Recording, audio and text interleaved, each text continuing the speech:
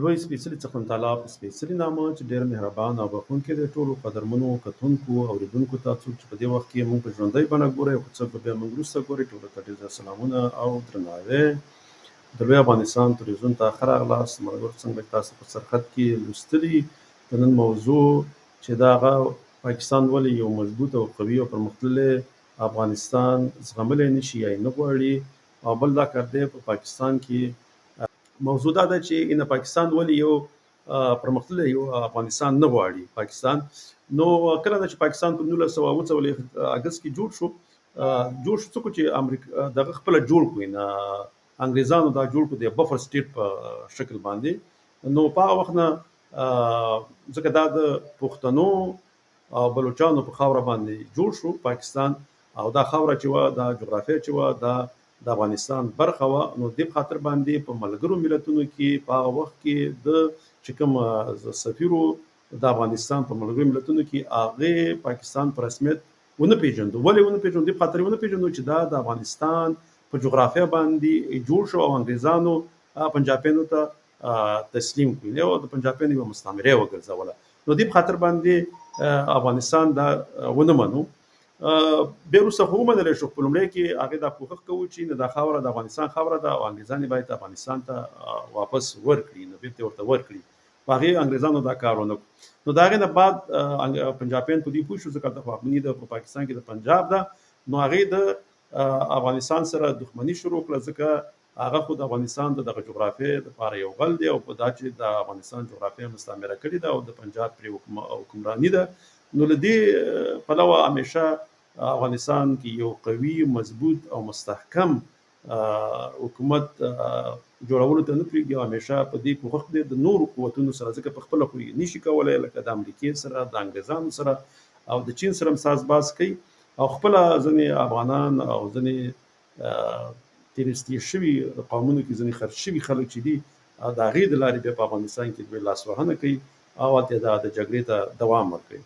نو زه راځم بلې خبرې ته. نو دې په خاطر باندې چې دلته دغه د پښتنو سیمې او د بلوچستان سیمې دغه نشي خپلواکه نشي یا د لوی افغانستان سره یو ځای نشي، نو پنجاب اوس کوښښ دا کوي چې کومې صوبې چې دي او کوم فدریشن چې په پاکستان کې جوړ دی هغه صوبې دوی وړي کړي. چې کله وړي کوي نو په دلته هم دوی د پښتنو سره او د بلوچانو سره په چل ول باندې روان دي چې پنجاب دغه کېږي تقسیمیږي. نو هلته دغه د صوبو نوم دومره دی چې وسطي او مغربي او دغه رقم پنجاب ورسره راځي. د وروسته زه په اورېدو کې دغه کومه تاسو ته پلی کوم نو په هغې کې دغه کېږي. سیند کې هم دغه رقم دی، د سیند په نوم باندې هلته صوبې جوړېږي. که ورکوټي کېږي هم د وړوکي کېږي نو د سیند نوم پرې ورسره پروت دی. مګر پښتونخوا کې چې دی ځکه د زموږ پښتانه چې دي لکه یا ورته دا بې عقله معلومیږي یا دوی چې دی هغه په دوی پوهېږي چې دوی د ولس او د ملت دپاره پښتانه سوچ نه لري. هر پښتون چې دی د خپل جیب او د خپلې چوکۍ او د خپل مقام دپاره سوچ کوي. نو د پښتونخوا صوبه چې تقسیمیږي د دیو ته اول خو د پښتونخوا نوم نه دی ورکړی، خیبر پښتونخوا ورسره لګولی دی. بیا دې په خاطر باندې ورته KPK وایي، KPK هم غلط دی خو زه خیر دا ورته وایي ځکه د میډیا د لارې خپله پنجاب میډیا ورته هغه خپل نوم هم پوره نه وایي، دا ورته وایي. نو چې کله تقسیمات کېږي تقسیمات به داسې کېږي چې د پښتونخوا صوبه چې دا یو به خیبر پښتونخوا شي او بل ورسره په څنګ کې هزاره صوبې نوم ورکوي. هزاره چې دی هلته اکثریت د پښتنو دی خو یو څه تعداد چې پکې دي هغه په هندکو ژبه خبرې کوي. هغې کې ځینې پښتانه دي لکه جدون شول او ترین شول او دغه نور پښتانه هم پکې دي چې خپله ژبه پرې غوڅتلې ده، اوس هندکو ژبې شوي دي. مګر په دې کې دا د PTI ما پرون د قومي اسمبلي چې دوی ورته قومي اسمبلي وایي، موږ ورته به پخوا ولسي جرګه ویلې، د هغې یو غړی چې دی محمد علي چې ډېر یو لوی ګلخان دی او د پنجاب د بوټ پالش والا دی. نو هغې به یې ویلی چې پنجاب دې په صوبو تقسیم شي او موږ د هزاره صوبې طرفداري هم کوو. اینه هېڅکله پښتانه د یو قومیت دپاره سوچ نشي کولی او دا نه غواړي چې یو جغرافیه دی د دوی په نوم یې خپله اول خو میانو والي په یو نوټ کې ترې واغوستو او هغه د پنجاب برخه وګرځول. هغه دا چې په میانو والي کې اکثریت د پښتنو ډېر وروسته د دوی همیشه د پښتنو سره دغه چل ول کړی. خو زه به لومړی تاسو ته دغه وویدو دغه کومه هغه هم دغه د انګریزانو چې کله تقسیم کېدو نو هغه ولې وشو په هغې باندې لکه بله ورځ به زه دغه وکړم یو مکمل پروګرام به پرې وکړم. خو دغه ویډیو کې چې د مولانا خانزیب صاحب ځینې خبرې کړي دي یو دغه سره د یوه دغه ده دا تاسو اورئ دي کې ډېر څه دي چې تاسو به څه زده کوئ. پښتانه هم ټول عمر د استعمار دلالان پاتې شوي دي. په دې قام کې میجنټان شته نو کاکړ صاحب وزیر اعظم تېر وخت کې پښتون یې ځان ته ویلو. هغه د چمن د لارې باره کې ویلو چې یاره دا کم لار ده په دنیا کې چې نه پکې ویزه شته او نه پاسپورټ شته. موږ ویل دا کرتارپور دی که نه؟ سیکان دې د تره زامن نه دي، سیکان دې ورونه نه دي. سیکانو ته کرتارپور کولاو کړی دی په غیر د ویزه او د پاسپورټ نه. او کاکړ صاحب په چمن کې وایي چې چمن او سپین بولدک کې دا نه کېږي. نو مطلب دا دی چې دا پښتانه د سیکانو نم خلکو ته کمزوري شهرین ځکه ښکاري چې هلته مشرقي او مغربي پاکستان رونه دي، هغه یو ځان ګڼي. که عقیده بدله ده که نه هم ځان بیل نه ګڼي. دلته عقیده هم یو ده، کلتور هم یو دی، خو د پښتنو تقسیم، د پښتنو سیاسي انتشار او د افغانستان کمزورۍ بېوزلۍ دا مسلې جوړ کړي. نو مخکې چې ما څنګه دا خبره وکړه ځکه خبره خو دې سره تړلې خبره وه، هغه ما هم دا خبره ځکه هم دې په خاطر باندې وکړه چې پاکستان ولې یو کمزوری افغانستان غواړي. دې په خاطر غواړي چې د خپلې جغرافیه پوښتنه ونه کړي او تر اټکه پورې یا تر مرګلې پورې هغه خپله سیمه باندې بېرته افغانستان واکمن نه شي. دې په خاطر غواړي. جانزیب صاحب چې دا خبره کوله، خانزیب صاحب، مولانا صاحب، هغه دا یوه خبره وکړه، خو هغه هم دا زه وایم ځکه چې همدغه شان د خرڅ شوي پښتانه چې دي که هغه په پښتونخوا کې دي که په بلوچستان کې دي که په د پاکستان په نورو سیمو کې دي، هغه خرڅ شوي دي. هغه صرف د خپل مقام ته د رسېدلو په خاطر باندې او خپل چوکۍ کې د پاتې کېدلو په خاطر یا د یو څو پیسو په خاطر باندې همیشه خپل ولسونه او خپل خاورې چې دي د دې په مقابل کې خرڅ کړي دي. داسې په افغانستان کې هم شته خرڅ شوي پښتانه دي، دغه د ځینې نور قومونه دي چې همیشه د افغانستان باندې سیاستونه کړي دي او همیشه د یو څه مقام ته د رسېدلو په خاطر باندې، یو څه پیسو ته د راسته راوړلو په خاطر باندې د افغانستان د خاورې خرڅلاو کړی دی. نو دغه شانته شته دا پښتانه هلته په پښتونخوا کې شته او دلته هم شته.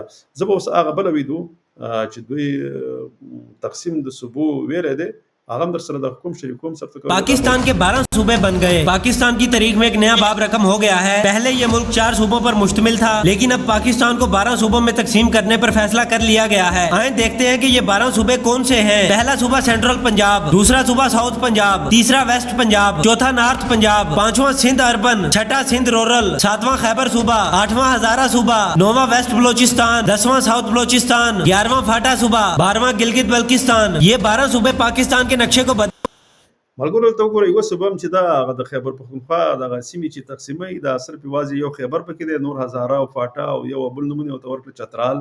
مګر دغه نورې صوبې چې تقسیمیږي هغې سره د خپله قومیت نوم ورسره اچولی دی. هغه دا چې په دغه صوبو کې نور قومونه اوسېږي، لکه په دغه کې چې دی دا ساوت پنجاب چې ورته دوی وایي، دلته سرایکین دي، پښتانه دي، بلوچان دي، خپلې ژبې پرې خوستلي دي خو سرایکي ژبې شوي دي. مګر په دې باندې هغه د پنجاب نوم چې دی هغه ورسره یو ځای کړی دی ځکه ساوت پنجاب ورته وایي. مګر یو پښتونخوا ده چې هغې ته هزاره او چترال او فاټا او خیبر نوم ورکړی دی. داسې که موږ وګورو بیا هم هغه یوه ایره ورسره ده، هغه د بلوچستان نومونه هم چې دي هغه هم هغه یو بلوچستان دی، خو په دغه ویسټ او ساوت او دغه رقم نومونه یې ورته ورکړي دي. دا د پښتنو ډېره زیاته کمزوري ده، ځکه پښتنو کې ګلخانان چې دي هغه ډېر زیات دي. همدغه ګلخانان دي چې بېرته خپلو پښتنو ته هم کنځلې کوي، همدغه د پاکستان په سر باندې نور قومونه هم کنځي. او هغه دا چې دلته خپله دوی د یو غلام حیثیت لري، هېڅ قسم واک دلته دوی سره په دغه کې نشته دی په پاکستان کې، حتی پښتونخوا کې هم ورسره نشته. ځکه د پښتونخوا دپاره هم چې کومه پالیسي جوړېږي هغه به ورته پنجاب جوړوي، او د نورو صوبو دپاره هم چې جوړېږي هغه ورته پنجاب جوړوي. هسې په نوم باندې دوی دلته صوبایي اسمبلي لري، مګر صوبایي اسمبلي هم کنټرول هم چې دی هغه هم د پنجاب په لاس کې ده. هغه ځای نه چې ورته څه سیاست جوړ شي او ډیکټیټ شي ورته هغه پالیسي مجبوره دی دوی په مخ باندې ویسي. خو دوی داسې دی چې دوی ځکه دوی هغه برین واش داسې په دې سیستم باندې شوی دی چې هغه ډېر ناپوهه دي او پوره نه پوهېږي. نو کله چې د دوی پوه شو په دې کې قومولي او د پښتونولۍ هغه احساس بیداره وي او پکې پیدا شي او د ملت دپاره د قوم دپاره د پښتنو سوچ وکړي، د خپلې ژبې دپاره سوچ وکړي، بیا به دا رقم ګلخانیزم به په دوی کې نه وي. خو مګر دوی کې چې دي ګلخانان پکې ځکه دي ځکه چې دوی برین واش شوي دي، نه د خپلې ژبې سره مینه لري او نه د خپل قوم سره مینه لري. چې سره مینه لري صرف د خپل جیب او خپل شخصي ګټو سره دوی مینه لري. دغه نور قومونه چې دي بیا داسې نه دي. زه به بیا دا یوه بله ویډیو هم در سره دغه کړم ځکه چې دا څوک غواړي چې دا لکه دا सूबी तकसीम देंगे। बड़े बड़े सूबों को छोटे छोटे सूबों में काटने से अवाम की नुमाइंदगी में इजाफा होगा। अब हुकूमत अवाम के ज्यादा करीब आ सकेगी। मसाइल को मकामी सतह पर हल करना मुमकिन हो जाएगा। हर इलाके के मसाइल सिर्फ इसी इलाके के लोगों पर खर्च किए जाएंगे। ور دا ټول دروغ دي دا داسې وایي چې بیا به د ورکوټي صوبې چې جوړې شي نو د دې دغه چې دی حکومتداري دا به اسانه شي، مګر دغه سوچه دروغ دي. مقصد داسې دی چې کله څومره صوبې ورکوټي کېږي نو د پاکستان نه چې اوس د خپلواکۍ د بلوچستان نه د خپلواکۍ نارې راځي یا ګلګت نه راځي یا د دغه نه راځي پښتونخوا نه راځي، نو دغه د ازادۍ خبرې، د خپلې خاورې د وسایلو خبرې، د خپلې مورنۍ ژبې د حاکمیت خبرې دا به ټولې ورکې شي. دا به ولې ورکې شي؟ ځکه دوی به په وړو وړو ټکرو باندې تقسیم کی او دوی به هغه کم دغه چې د اتحاد اوس خو د اتحاد نه لري، برین واش دی به نورم پسې شي او د دې په ځای چې پښتونولۍ پکې دي کې به ټول سوچا پاکستانیت راشي، پنجابیان به شي، خپل ژبه به پرېږدي، هر څه به پرېږدي، بس بیا به داسې دی چې د پنجاب واکداري چې دغه مکمله پخه شي. نو د دوی په خاطر باندې دی د دې صوبو چې دی هغه تقسیمات غواړي او نور هم غواړي چې په هر قسم باندې دوی به د صوبو تقسیم کوي. پخوا چې داسې و چې بنګال چې ورسره و نو په وخت کې دوی ته ضرورت و ځکه چې د بنګال د نفوس سره د برابرولو په خاطر باندې ځان برابر کړي مغربي پاکستان، نو په وخت کې دا ټول قومونه رايوځای کړل، 1 یونټ ورته ورکړو. 1 یونټ ځکه ورکړو چې بیرته د دوی هغه برابري د بنګال د نفوس سره وکړي او د هغې سره وکړي. نو د دې کې دا ټول قومونه باندې بیا د پنجاب راسن ډایرکټ واکړو، ځکه قومونه ډېرې چغې وهلې چې نه موږ صوبې نه پرېږدو چې 1 یونټ چې فوج د پاکستان وغواړي د پنجاب هغې به یې کوي، هغه وخت کې موږ کوو. اوس چې هم دا د صوبو تقسیم غواړي دا د پاکستان پنجابي فوج غواړي، دا به مور باندې کوي. هسې به یو څو قومونه چغې ووایي خو بیا په اخره کې هم دغه سیندیان خو کېدای شي غلي شي، ځکه چې هغې ته هغه دوی په دې تقسیم بنیاد نه تقسیمیږي چې کراچۍ ته یا د مهاجرو کوم صوبې نوم ورکړي یا کوم بل نوم ورکړي، هغې ته مو هغه نوم سره د سین لګوي. مګر پښتانه بیکاره خلک دی همیشه، ځکه د خپل قوم په خاطر باندې یو د نیشنل پارټي چې پخوا ډېر زیات زور ولګوه هغه هغه پنجاب ورسره ونه منله، د پښتونخوا په ځای د پښتونستان په ځای ولا یوازې خیبر پښتونخوا ورکړه چې د خیبر نوم ورسره ولګوي چې دا لکه د هزاره ډیویژن یا چترال دا نور دغه چې دي چې نه داتې لري کې صرف یوازې دا خیبر چې دی نه دا پښتونخوا ده، نو خیبر پښتونخوا ورته ورکړه. په دې کې پنجاب چې دی پښتانه یې دوکه کړله او دغه دی. زه دا یو بله ویډیو هم سره دغه کوم شریکه کوم ویډیو خو ډېرې دي خو زه دا به زه لرې کوم دې په ځای باندې دا بله چې دا ځکه دا چې دا شی چې دی ब्रेकिंग न्यूज, छोटे सूबे बनाने के पीछे एस्टैब्लिशमेंट की असल वारदात पकड़ी गई। बंद कमरों में होने वाली गुरफरगो की ऑडियो लीक हो गई। इस ऑडियो में क्या क्या इंकशाफात हुए जरा खुद मुलाहजा फरमाएं। पंजाब को 4 हिस्सों में तकसीम करने का ऐलान, खैबर पख्तूनख्वा को 3 हिस्सों में तकसीम, सिंध की तकसीम भी नागजीर, पाकिस्तान को मजीद 12 से 14 सूबों में तकसीम करने की जरूरत पर अस्करी प्लान कठपुतली सरकार को थमा दिया गया। बावर्दी सदर लाने के लिए पहला स्टेप छोटे सूबे, मगर कैसे? हर सूबे पर एक सेक्टर कमांडर जिसके हाथ में मुकम्मल हलाल और हराम का कंट्रोल। इसके साथ हम हिंदुस्तान के मुस्लिम ځکه دا چالانو مذهبي ته ذات لګو ځکه دا ډېر के जनाब हम हिंदुस्तान के मुसलमान हम तो ताजे बरतानिया के बाहर कभी रियासत बनाने का सोच भी नहीं सकते सरकार।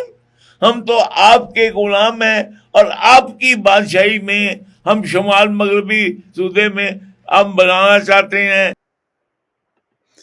ورونه دا په خدای خدمتګارانو او په پښتنو باندې یو قسم هغې ته یو توهین وکړو، په هغې ته یې طعنه ورکوله چې تاسې خو پاکستان نه غوښتو، تاسو غوښتل چې په یو هند کې پاتې شئ. دا یوازې دوی نه غوښتل، دا جمعیت علما اسلام او جمعیت اسلامي هم غوښتل، ځکه هغه غوښتل چې زه بیا هم که چېرته یو ځای مسلمانان وي نو هلته به بیا د مسلمانانو واک زیات وي. نو هغې په هغه وخت کې تقسیم نه غوښتو، خو مګر بیا چې کله تقسیم کېدو پنجاب خو هېڅکله د خپلواکۍ دپاره نه کوم کوښښ کړی او نه کومه قرباني ورکړې وه. کوښښونه بلوچانو، پښتنو، نورو قومونو، بنګالیانو، هغه قومونه ورکړي وو او خپله هندوانو چې خپله خاوره د انګریزانو د محکومیت نه د خپلواکۍ طرف ته بوځي او د بلواکۍ نه خپلواکۍ طرف ته بوځي. د انګریزانو واک په ځای باندې باید دلته د هند خلکو واک وي. نو دې په خاطر باندې د ټولو قرباني دې قومونه ورکړه. پنجاب چې په وخت کې د پنجاب په فوز کې چې د انګریزانو ډېر زیات خلک ډېر برتګانې به کېدلې، هغه به د پنجاب نه کېدلې، او چې کله به دلته د خپلواکۍ دپاره غږونه پورته کېدل همدغه پنجابیان به په فوز کې وو او د دوی او د نورو ځینو قومونو په دغه باندې په زور باندې بیا هغه نور قومونه او هغه د خپلواکۍ خلک چې دی هغه به چا به خپلواکي غوښتله نو هغه به د منځه وړل، خپلواکۍ ته به نه پرېښودل. مګر د دویم نړیوال جګړې نه وروسته انګریزان چې د اقتصادي له پلوه ډېر کمزوري شول او نه شو کولی چې نور په هند باندې حکومت وکړي، نو په هغه وخت کې بیا دوی ویلې چې باید دغه بر صغیر نه دوی وځي.